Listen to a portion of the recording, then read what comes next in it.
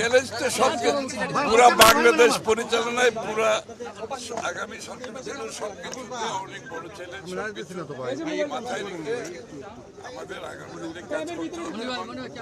আমরা চাই যে ঐক্যবদ্ধভাবে দেশটাকে সামনের দিকে এগিয়ে নিয়ে অর্থনীতির বিষয়ে চ্যালেঞ্জ আছে, শিক্ষার বিষয়ে চ্যালেঞ্জ আছে, স্বাস্থ্যের বিষয়ে চ্যালেঞ্জ আছে, কর্মসংস্থানের চ্যালেঞ্জ আছে। চ্যালেঞ্জ নাই, প্রতিষ্ঠানগুলো সব ধ্বংস হয়ে গেছে, এগুলোর বিষয়ে চ্যালেঞ্জ আছে, সব কিছুর বিষয়ে চ্যালেঞ্জ আছে। সুতরাং চ্যালেঞ্জ মোকাবেলা করতে হবে। জনগণের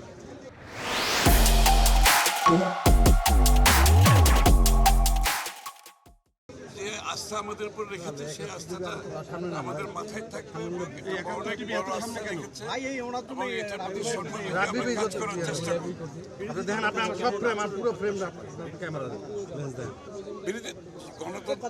গণতান্ত্রিক দেশে বিরোধী দল কিভাবে আচরণ করে সেটা তো গণতান্ত্রিক আচার আচরণ সবকিছুর মধ্যে লেখাপড়া আছে, যা সবকিছু বোঝাও আছে। একটা গণতান্ত্রিক দেশে বিরোধী দলের আচরণ কি হবে সেটা তো একটি গণতান্ত্রিক পরিবেশ বজায় রাখার জন্য সেটা তো সবার জানা আছে, এটা নতুন করে বলার কিছু নেই।